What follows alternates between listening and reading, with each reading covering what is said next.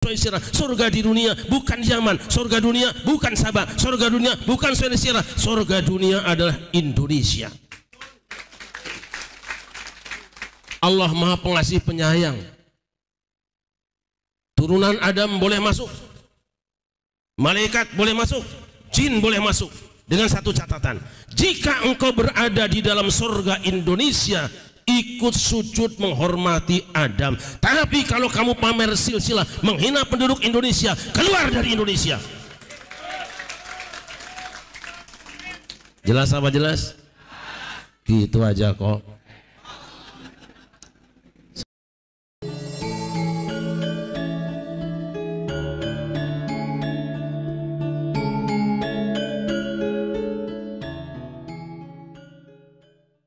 Ayo kita langsung ke videonya teman-teman. Indonesia ini, kata Syekh Ali Tontowi, Al-Jannah. Dalam buku yang namanya Fi Indonesia, dia mengatakan Yaumun fil Jannah, satu hari dalam surga. Yang kumaksudkan dengan surga bukan surga di akhirat, karena untuk masuk ke dalamnya harus ada amal yang baiknya. Yang kumaksudkan dengan surga adalah bukan Suaisirah, surga di dunia bukan Yaman, surga dunia bukan Sabah, surga dunia bukan Sulawesi, surga dunia adalah Indonesia. Allah Maha Pengasih Penyayang. Turunan Adam boleh masuk, malaikat boleh masuk, jin boleh masuk, dengan satu catatan: jika engkau berada di dalam surga Indonesia, ikut sujud menghormati Adam. Tapi kalau kamu pamer silsilah, menghina penduduk Indonesia, keluar dari Indonesia. Jelas apa jelas? Gitu aja kok. Sudah keluar, rupanya terusir, tapi bukan mau umroh loh ya, bener usir. Begitu mau berangkat masih sempat ngomong, fabima aghwaytani la aq'udanna lahum siratal mustaqim. Ya Allah, karena engkau telah menghukum, mengkriminal saya akan terus mengganggu penduduk surga ini. Turunan Adam akan saya ganggu.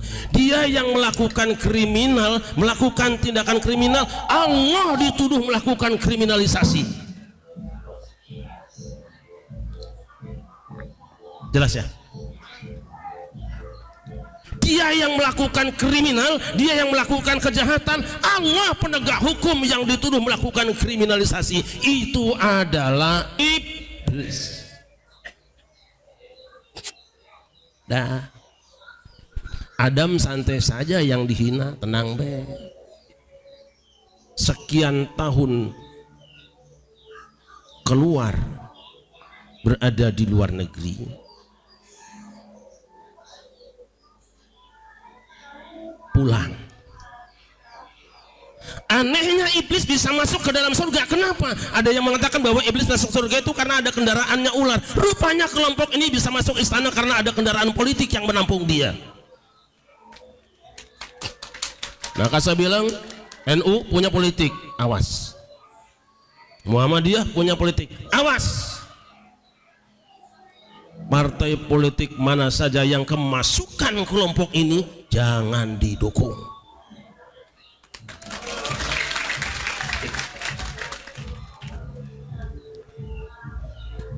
Sallallahu Muhammad.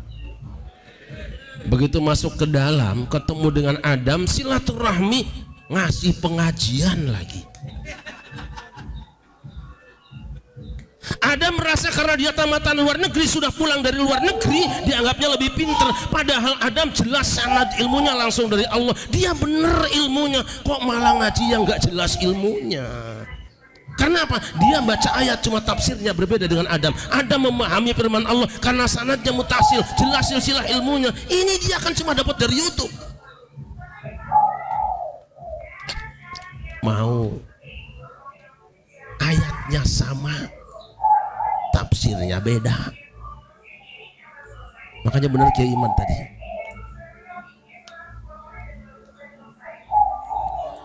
kudu jelas gurunya. Saya pernah canangkan dengan Kiai Ma'ruf Amin, dengan Bang Roma Irama, dengan beberapa tokoh ketika haul Syekh Nawawi Al-Bantani. pastikan bahwa referensi keagamaan orang Banten semua kitab-kitabnya Syekh Nawawi Al-Bantani. Kami juga pernah rapat dengan siapa namanya Bupati Serang, Bu Ratu, sudah kita rapatkan bahwa kita akan jadikan kitab-kitab Syekh Nawawi Al-Bantani sebagai rujukan bagi orang Islam yang berada di Serang dan sekitarnya. Walaupun sampai sekarang belum selesai, saya tidak tahu apa urusannya, apa sulitnya. Karena pengajian cuma satu pengajian tapi meyakinkan. Adam tertipu, jatuh. Jangan ngundang pengajian model-model dia. Walaupun judulnya, ayatnya sama, kitab sunnahnya sama, tapi kepentingannya berbeda. Apa kepentingannya? Kepentingan iblis adalah menjatuhkan Adam dari kemuliaan, merebut kekuasaan, menggulingkan kekuasaan. Itu pengajiannya iblis. Di mana-mana cuma ganggu kekuasaan yang sah.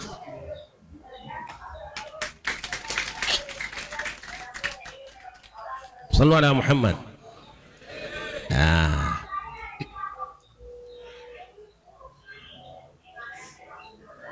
beres. Adam jatuh dalam krisis, dalam kehinaan. Ada pertanyaan sekarang. Janji iblis rupanya berhasil tadi. Sumpah iblis, komitmen iblis berjalan. Kiri, kanan, depan, belakang semua akan kami datangi, akan kami didik gembleng umat manusia. Wala tajidu aktsarahum syakirin. Tidak banyak orang yang bersyukur. Sampailah kepada Bani Israel, NKRI, Negara Kesatuan Rakyat Israel. Mereka karena berpecah belah dari berbagai macam suku, gara-gara berpecah belah kemudian mereka dijajah oleh Jalut dan pasukannya. Mereka minta kepada Dewan Syuranya supaya diangkat seorang pemimpin. Begitu diangkat seorang pemimpin, protes. Innallaha qad ba'atsalakum Taluta malika. Sesungguhnya Allah telah mengangkat di atas kamu untuk kamu semua Talut sebagai raja, sebagai pemimpin kamu. Protes. Kenapa? Selama ini kalau ada pemimpin dan nabi dari dua suku di antara 12 Israel, yaitu Bani Yahudi dan Bani Lawi. Lu tafsir toh? Jadi Yahudi itu ada dua kelompok suku yang selama ini pamer karena selalu dipilih oleh Allah Subhanahu wa taala. Kalau nabi atau raja pasti dari Yahudi atau Bani Lawi. Kalau bahasa Yamannya Lawi.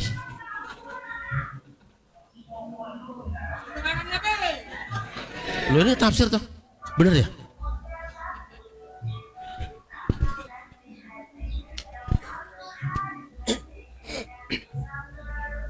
Begitu dia angkat Talut menjadi panglima, mereka demo, marah mereka.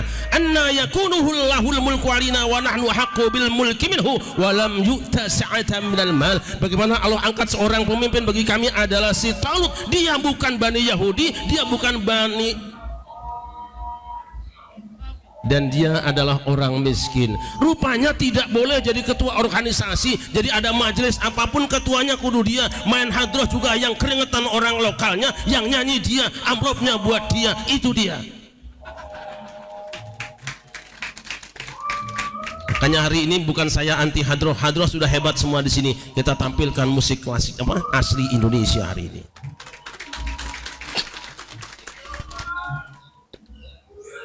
Lalu Allah jawab, Innallaha astafahu alaikum wa zadahu bastatan fil ilmi wal jismi. Tadi alasannya dua. Satu, bukan turunan. Yang kedua, Talut itu miskin. Rupanya dari dulu kalau ada pilkada dan pilpres mesti ada kelompok yang doyannya wani piro. Ada. Allah jawab, Innallaha astafahu alaikum wa zadahu bastatan fil ilmi wal jismi. Allah pilih dia, sudah kehendaknya. Tapi paling tidak Allah unggulkan Talut karena dia unggul ilmu dan fisiknya. Bani Lawi pamer turunan, sedangkan Allah jawab yang benar adalah ilmu pengetahuan. Kalau begitu, mana yang hebat? Turunan apa ilmu?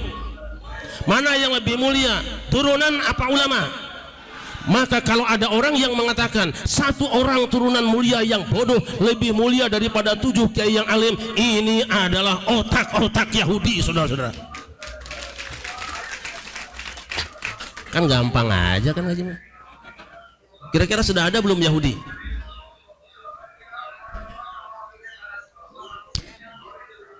Sallallahu Muhammad. Dah kita balik lagi supaya singkat. Adam turun ke bumi, terus punya anak kan. Qabil lahir dengan Ikrimah, Habil dengan Labuda, suruh kawin silang. Ini urusan kawin juga ribet si Qabil nih. Dia nggak mau, katanya nggak sekufu.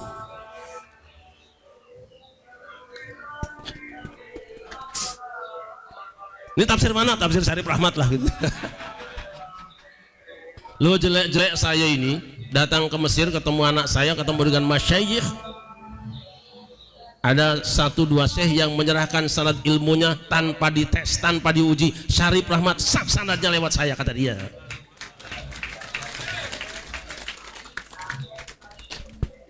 Urusan kawin saja ada yang ribet.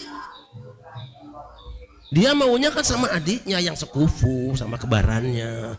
Jadi konsep yang meributkan soal tidak boleh kawin, merasa lebih mulia daripada yang lain, lebih senior daripada yang lain, ini adalah konsep Qabil. Nanti kalau kita baca silsilah Imam Syafi'i, salah satu keterangan mengatakan bahwa Imam Syafi'i itu ibunya adalah seorang yang bahasa sekarang syarifah, tapi ayahnya bukan. Sadar nggak ketika kita mengatakan haram seorang syarifah kawin dengan yang bukan Sayyid, bukan Habib, berarti kita sudah menganggap Imam Syafi'i telah berzina orang tuanya. Saya punya bukunya itu. Siapa yang kawin dengan yang bukan Sayyid, bukan Habib, maka dia sama dengan berzina. Wallahi, ini adalah fatwa sebahagiannya pesanan dari Londo, saudara-saudara. Dah segitu aja, nggak usah banyak-banyaknya.